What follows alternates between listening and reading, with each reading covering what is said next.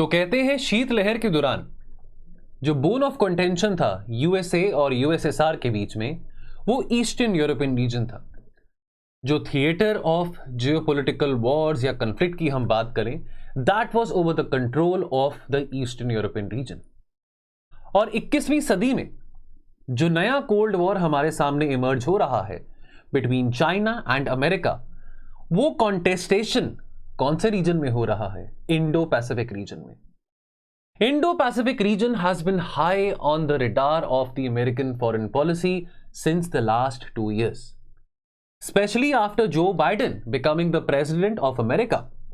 He has on many occasions categorically said that his energy, his focus will be oriented towards the Indo-Pacific region. We saw in 2021 the withdrawal of American forces from Afghanistan, from Iraq and other parts of West Asia. And बहुत ज्यादा synergy देखने को मिली है Indo Pacific region में। किसी जमाने में इसको एशिया पैसिफिक भी कहा जाता था। हालांकि चाइना के किसी भी लीडर के सामने आप इंडो पैसिफिक वर्ड यूज करेंगे तो वो इस बात को मजाक में कहेंगे कि नहीं, ये इंडो पैसिफिक नहीं, एशिया पैसिफिक है। The very fact that this region lying between the Indian Ocean and Pacific Ocean has gained a lot of importance specifically in the last couple of years. तो question आपके सामने, आपकी screen पे mains a day में ये बनता है, Quad has become the vehicle to shape the technopolitics of the Indo Pacific. Comment. अब ऐसे क्वेश्चन में देखिए, अब आईआर की जब मैं बात करता हूं तो चाहे वो प्रीलिम्स हो या चाहे वो मेंस हो, आप पिछले 2-3 साल के मेंस के क्वेश्चन पेपर उठा के देख लीजिए, पिछले 2-3 साल के प्रीलिम्स के क्वेश्चन पेपर भी उठा के देख लीजिए। करंट अफेयर्स बहुत ज्यादा रहता है आईआर में, बहुत ही heavily current affairs dominated subject है इंटरनेशनल रिलेशन। तो इस तरह के सवाल में शुरुआत में हम पहले तो क्वाड के बारे में बात करेंगे। क्वाड है क्या? और अगर आप मेंस लिख रहे हैं इस बारी तो आई एम श्योर आपको पता है कि what is Quad. Quadrilateral Security Dialogue, जिसके बारे बातचीत बहुत ज्यादा हो रही है पिछले 2-3 सालों में, लेकिन इसकी जो शुरुआत है, जो आइडिया था, जो इंसेप्शन था क्वाड का, ये 2000s में, 2004 में जब इंडियन ओशन रीजन में सुनामी आई थी, तब उस वक्त एक ऐसे फोरम की स्थापना का आइडिया शिंजो आबे ने किया था। लेकिन शिंजो आबे 2007 से, द लेट शिंजो आबे, अब unfortunately he was assassinated last year, Shinzo Abe ने यह भी कहा था कि with in the quad framework, USA, Australia, India, Japan, इस फ्रेमवर्क को एक सिक्योरिटी लेड फ्रेमवर्क भी बनाए। लेकिन तब उस आइडिया को इतना ज्यादा तवज्जो नहीं दिया भारत ने, ऑस्ट्रेलिया ने, इवन अमेरिका ने। तो क्वाड की जहां पे बात आती है, क्वाड्रिलेटरल सिक्योरिटी डायलॉग, ये एक इनफॉर्मल स्ट्रेटेजिक डायलॉग है 4 देशों के बीच में, 4 like minded countries, 4 democracies, Bharat, America, Japan और ऑस्ट्रेलिया। ये चारों देशों का एक कॉमन ऑब्जेक्टिव है कि हम एक फ्री, ओपन और प्रॉस्परस इंडो पैसिफिक रीजन को सपोर्ट करते हैं। हम एक rules based international order Indo Pacific region में अपहोल्ड करना चाहते हैं, फ्रीडम ऑफ नेविगेशन अपहोल्ड करना चाहते हैं। Why? Because in this region there are many small island countries like Vietnam, like Philippines, like Indonesia, Malaysia, which are marred into conflict with China from the last more than 5.5 decades. Now, as you all know, in the South China Sea there have been conflicts between China, Philippines, Vietnam, even Taiwan over the control of different islands. And Indo-Pacific region में China अपना naval dominance पिछले 2-3 सालों से नहीं, but पिछले 10-20 सालों से बहुत ज्यादा बढ़ा रहा है। हम अक्सर सोचते होंगे कि क्वाड की बात पिछले 2-3 सालों में हो रही है तो चाइना शायद अपना नेवल डोमिनेंस पिछले 2-3 सालों में ही बढ़ा रहा होगा। नहीं, चाइना की कोशिश रही है इस रीजन में अपने नेवल डोमिनेंस को बढ़ाने की। सवाल यह आता है कि क्वाड्रिलेटरल डायलॉग जो है, क्या ये एक मिलिट्री फोरम है? क्या ये एक सही मायने में यहां पे सिक्योरिटी रिलेटेड मेजर्स की बात की जाती है? क्योंकि जो क्वाड का चार्टर है वो कहीं पे भी सिक्योरिटी रिलेटेड बातचीत नहीं करता। क्वाड के चार्टर में बात की जाती है कि मैरिटाइम सिक्योरिटी, मैरिटाइम लॉ को अपहोल्ड करना है, कॉम्बैट करना है कोविड क्राइसिस को, क्लाइमेट चेंज को, वैक्सीन डिप्लोमेसी की यहां पे बात होती है, ऐसे इकोसिस्टम को बनाने की बात होती है जिसके चलते इस रीजन में बहुत इन्वेस्टमेंट को मोबिलाइज किया जा सकता है, नई टेक्नोलॉजिकल इनोवेशंस लेके आई जा सकती हैं। कैटेगोरिकली क्वाड ये नहीं कहता कि हम चाइना को काउंटर करना चाहते हैं मिलिटरीली। क्वेश्चन ये पूछ रहा है कि क्या क्वाड एक सही मायने में, can it prove to be a good vehicle Can it prove to be a good vehicle, a good sadhan to shape the technopolitics in the Indo-Pacific region? Yes, of course. It is foreseen to be the vehicle to shape emerging technologies in this region.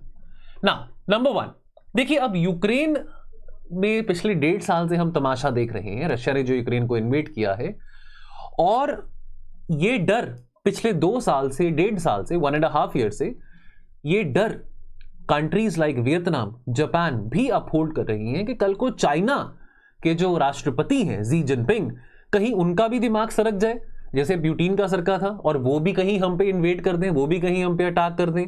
Taiwan और China के conflict के बारे हम सब जानते हैं। In fact आपको पता ही होगा लास्ट ईयर जब नांसी पेलोसी आए थे ताइवान में, तो उस वक्त लड़ाई के बादल छिड़ चुके थे और ऐसा लग रहा था कि कभी भी चाइना और ताइवान के बीच में युद्ध हो सकता है। चाइना को अच्छा नहीं लगता यदि कोई भी देश का लीडर, खास करके अमेरिका का कोई लीडर यदि ताइवान में आए, बिकॉज चाइना का वो जो वन चाइना पॉलिसी है, चाइना कहता है कि भाई अगर आप ताइवान को अगर डिप्लोमेटिकली रिकॉग्नाइज करोगे तो मेरे साथ अपने संबंध तोड़ दो। पर इस बात का डर जापान को, साउथ कोरिया को, ताइवान को काफी सता रहा है पिछले कुछ 2 सालों से कि आज जो काम रशिया ने यूक्रेन में किया है तो क्या कल को जाके वो काम चाइना भी हम पे कर सकता है। इसके चलते यहां पे ये जो क्वाड फोरम है इन सब देशों को मिलिटरीली तो नहीं लेकिन साइकोलॉजिकली काफी हेल्प कर रहा है। अब ये सब जो कंट्रीज हैं, मैं अगर वियतनाम, जापान, साउथ कोरिया की बात करूं, वर्ल्ड वॉर 2 के बाद पिछले कुछ 70-75 ईयर से वो यूएस के ही सिक्योरिटी अम्ब्रेला के अंडर रह रहे हैं।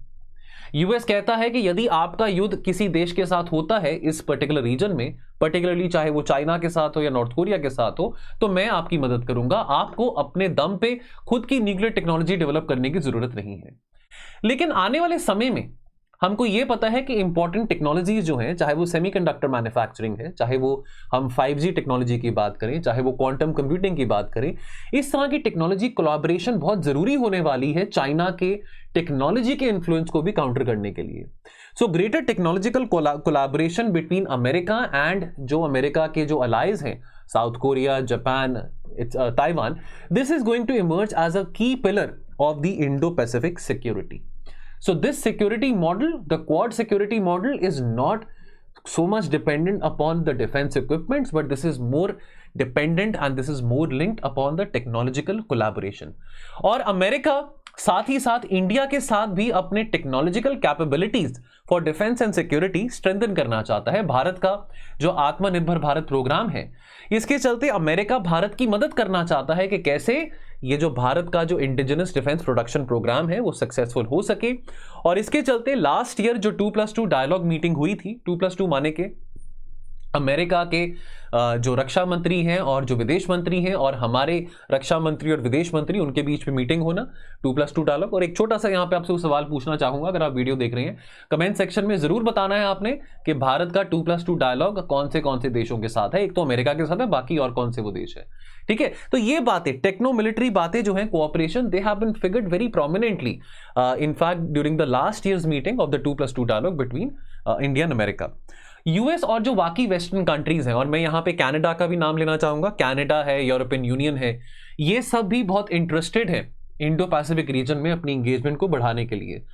और अमेरिका एंड उसके जो अलाइज हैं वेस्टर्न हेमिस्फीयर के, जो वेस्टर्न कंट्रीज हैं, they wish to reorient technology supply chains away from China, away from countries, यहां पे लाइन लिखी है, that don't share common values. Which are those countries which don't share common values? It is of course China, because China has no regard for democracy, China has no regard for a rules-based international order, China has no regards for understanding the concept of freedom of navigation.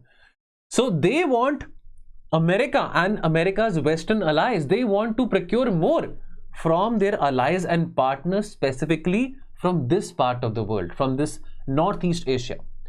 The question of technology is at the core of the new IPEF. Remember the Indo-Pacific Economic Framework? This was launched last year, May 2022. What happened in May 2022? Sir, in May 2022, there was the 3rd Quad Summit, which happened in Tokyo. Right? So during that summit, during that Quad Summit, now Quad Summits have become very periodic. They have become very, very periodic now, and the leaders are committed to meet every year. Now, during that summit, this Indo-Pacific Economic Framework was launched. India is also one of the partner in the Indo-Pacific Economic Framework. Although America ने कहा था कि IPEF will not be like just any other trade agreement. It is not like just any other free trade agreement. However, India is not a part of the trade pillar of IPEF. So IPEF has 4 pillars, out of which technology and supply chains is a one integral pillar. But just to let you know, although I'm sure that you might be aware of it, India is not a part of the trade pillar of the IPEF. तो IPEF में जो 13 देश हैं including America, ये committed है कि कैसे अपनी कोऑपरेशन, चाहे वो ट्रेड है, डिजिटल इकोनॉमी है, चाहे वो रिजिलिएंट सप्लाई चेन्स है, इसको लेके कैसे कड़े से कड़े कदम उठाए जा सकते हैं। पैंडेमिक आया, पैंडेमिक के चलते सप्लाई चेन डिपेंडेंसी बहुत हद तक चाइना के ऊपर थी। अब कल को जाके कोई ऐसी सिचुएशन अराइज होती है, कोई फिर से कोई पैंडेमिक आता है, तो ऐसी स्थिति में बाकी देश ना हो कि चाइना के ऊपर डिपेंडेंसी बहुत ज्यादा रहे। तो कोशिश की जा रही है कि जो मैन्युफैक्चरिंग लाइंस हैं, सेमीकंडक्टर मैन्युफैक्चरिंग है, ज्यादा से ज्यादा चाइना में ना हो लेकिन बाकी देशों में भी हो सके। तो क्वाड इसके लिए एक बहुत इंपॉर्टेंट व्हीकल बनने वाला है, रादर बन चुका है, to shape the techno politics of the Indo Pacific. Rather this particular framework of the IPEF, this itself visualizes the techno politics of the Indo-Pacific region. The Tokyo summit will review the range of decisions which was taken in 2021 at the Washington conclave, which happened regarding advancing the technological collaboration on the wide range areas. So for example 2021 में बात करी गई थी, because अभी भी लोग pandemic से बाहर तब 2021 में निकल रहे थे, vaccine production. You remember there was this target which was there in 2021 that by April 2022 we promised that we will supply 1 billion, America ने कहा था that we will supply 1 billion vaccines to the Indo-Pacific region. Now, of course, we are far behind the pandemic now. There is no grave threat. But apart from, trade, apart from this clean energy, apart from the green transition, apart from cyber security and vaccine diplomacy, technopolitics, advanced technologies has also emerged as the key agenda of lately, thanks to the IPEF. The Quad's technopolitic is about boosting the national capabilities of its members, of these countries. There's also talk about Quad Plus, that countries like South Korea, countries like Indonesia, Singapore, even they can contribute to the agenda of Quad. While the ambition is very impressive, Quad needs to demonstrate implementation, and also they have to see tangible, visible benefits happening to the Indo-Pacific states. The Indo-Pacific states, why are they more inclined towards China? Because obviously उनकी dependency China के ऊपर, चाहे वो commerce के मामले में है, technology के मामले में, काफी ज्यादा है। In order for these Indo Pacific states to reduce their dependency on China, they don't want to be dependent on China. What is something very funny that ये जो इंडो पैसिफिक कंट्रीज हैं या जो आइलैंड कंट्रीज हैं, they are dependent upon China, but उनका सबसे बड़ा जो खतरा है, जो सबसे बड़ी मुसीबत है, वो भी चाइना है। Now what do we do in order to replace that? We obviously have to, America, India, Australia, Japan, they obviously have to emerge as a key partner of these Indo-Pacific states, so that they can rely upon the Quad countries when it comes to technopolitics, when it comes to emerging new technologies. So Indo-Pacific region badly needs a rule-based order, जहां पे respect for territorial integrity, peaceful resolution of disputes और no violent change in national borders के principle को uphold किया जा सकता है। हम तो शुरुआत से, हमारी अगर फॉरेन पॉलिसी नेहरूवियन टाइम से ही देखें, हमारी फॉरेन पॉलिसी बहुत स्ट्रांगली बिलीव करती है प्रिंसिपल्स ऑफ टेरिटोरियल सॉवरेनिटी के ऊपर। किसी की टेरिटरी में दखलंदाजी नहीं करना, किसी की सॉवरेनिटी में दखलंदाजी नहीं करना, लड़ाई झगड़ों को पीसफुली रिजॉल्व करना है। In addition the Quad partners can draw up new rules to govern critical technologies जो कि रैपिडली ट्रांसफॉर्म हो रही हैं, जिसके चलते जो ग्लोबल इकोनॉमिक ऑर्डर है वो भी तेजी से बदल रहा है। तो क्वाड मेंबर्स अपने टैलेंट को, अपने स्किल को, अपने कैपिटल को कलेक्टिवली पूल कर सकते हैं, ताकि इन टेक्नोलॉजीज के प्रोग्रेस के साथ साथ पीस एंड प्रोस्पेरिटी भी इंडो पैसिफिक रीजन में बढ़ाई जा सके।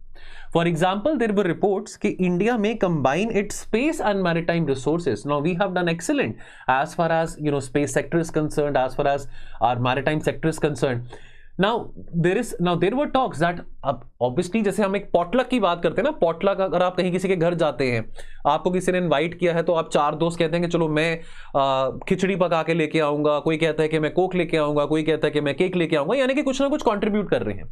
तो उसी तरह से क्वाड की जब बात आती है तो ऐसा नहीं है कि हम कहें कि जी हम बहुत गरीब हैं, हमारे हाथ जुड़े हैं, हमको तो बस टेक्नोलॉजी दे दो, हमको पैसा दे दो। नहीं, जो हमारे पास है हमने वो कंट्रीब्यूट करना है। जहां पे हम लीड करते हैं, चाहे वो हमारा आईटी सेक्टर हो, चाहे वो हमारा स्पेस सेक्टर हो, चाहे वो हमारे मैरीटाइम रिसोर्सेज हो, हम किसी ना किसी फॉर्म में इस फोरम में कोऑपरेट करेंगे, कलेक्टिवली अपने रिसोर्सेज को मोबिलाइज करेंगे, ताकि हम इकट्ठे मिलके जो ऐसी समस्याएं, जो ऐसी प्रॉब्लम्स आ रही हैं इंडो पैसिफिक रीजन में, उसका हल निकाल सकें। तो हमको एक सही किस्म के वातावरण, एक माहौल की जरूरत है, ताकि हम ये नई टेक्नोलॉजीज को अडॉप्ट भी कर सकें, और जो हमने टेक्नोलॉजिकल प्रोग्रेस करा है वो हम बाकी देशों के साथ, क्वाड मेंबर्स के साथ शेयर कर सकें। और आत्मनिर्भर भारत के चलते बहुत एक अर्जेंट नीड है, ये तो इंडिया के लिए बहुत फायदे की बात है कि इंडिया बहुत तेजी से अमेरिका के साथ अपने रिश्ते अच्छे कर रहा है, और अमेरिका भी इस बात को जानते हुए कि इंडिया ने अपने डिफेंस इंडिजिनस प्रोडक्शन को बढ़ाना है, उसके चलते अमेरिका भी इंडिया की बहुत मदद कर रहा है। तो इट्स वेरी इंपेरेटिव कि हम इस मौके का लेवरेज उठाएं। Delhi needs to move quickly and very boldly to create the right internal environment for the technological leapfrogging and seize these opportunities for deeper technological partnerships, not only with America, but also with Quad, and I will also say with other Indo-Pacific countries as well. So दोस्तों, ये question था। जाने से पहले ये देखिए, हमारा free initiative है यूट्यूब पे, जो हम मेन्स अ डे क्वेश्चन हर रोज लेके आते हैं। आज GS2 का डे था, तो IR का क्वेश्चन बना। IR के हर साल GS2 में 4 क्वेश्चंस आते हैं और काफी इजी होते हैं, करंट अफेयर्स में से ही आते हैं। और पीछे कुछ देखा गया है, अगर मैं लास्ट ईयर की बात करूं तो लगभग जो 4 क्वेश्चंस IR के आए थे वो हमने YouTube पे ही डिस्कस किए हुए थे, फ्यू मिनट्स के माध्यम पे, मेंस डे के माध्यम से। तो बहुत इजीली IR हो जाता है, स्कोरिंग है। तो आई होप कि इस तरह के क्वेश्चंस अगर आपको आते हैं तो आप गलती ना करें। बट उसके बावजूद अगर आप, सो दोस्तों ये भी मोस्ट वेलकम, हमारा मेंस का जो पेड क्रैश कोर्स है, क्रैश कोर्स में और कॉम्प्रिहेंसिवली, यहां पे तो एक क्वेश्चन हम डिस्कस करें, क्रैश कोर्स में हर एक टॉपिक के ऊपर हम लगभग 7 से 10 क्वेश्चंस एवरी डे डिस्कस करते हैं। तो यदि आप इस क्रैश कोर्स का हिस्सा बनना चाहते हैं, आप इसके बारे यहाँ पे इंफॉर्मेशन पढ़ सकते हैं, हमारे टोल फ्री नंबर पे कॉल कर सकते हैं। वेरी इंपॉर्टेंट, पढ़ा तो हमने बहुत कुछ है, कंटेंट तो हमने बहुत कुछ पढ़ा है, कोई बच्चे 2 साल से तैयारी कर रहे हैं, कुछ 5 साल से कर रहे हैं, लेकिन अपने आप को टेस्ट करना, एक लिमिटेड टाइम पीरियड में आंसर लिखना, वो भी बहुत जरूरी रहता है। और हमारे मेंस की टेस्ट सीरीज वो भी ऑपरेशनल है। सो दोस्तों, आप इन सभी कोर्सेज के बारे में जरूर एक बार फोन करके पता करें, सही लगे तो इसमें एनरोल करें, बहुत कॉम्प्रिहेंसिवली, यहाँ पे बहुत इंटरैक्टिव तरीके से, बिकॉज अब तो हमारा जो क्रैश कोर्स है वो भी लाइव है, तो इंस्टेंट डाउट रेजोल्यूशन भी आपका रहेगा।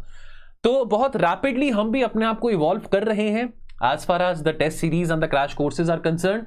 आप भी हमारे साथ जुड़ें, इस बात का फायदा उठाएं, और उम्मीद करते हैं कि अगले साल आप भी टॉपर्स की लिस्ट में आएंगे। सो दोस्तों, आज की वीडियो में इतना ही, मिलेंगे बहुत जल्द अगले वीडियोस में। थैंक यू सो मच, जय हिंद।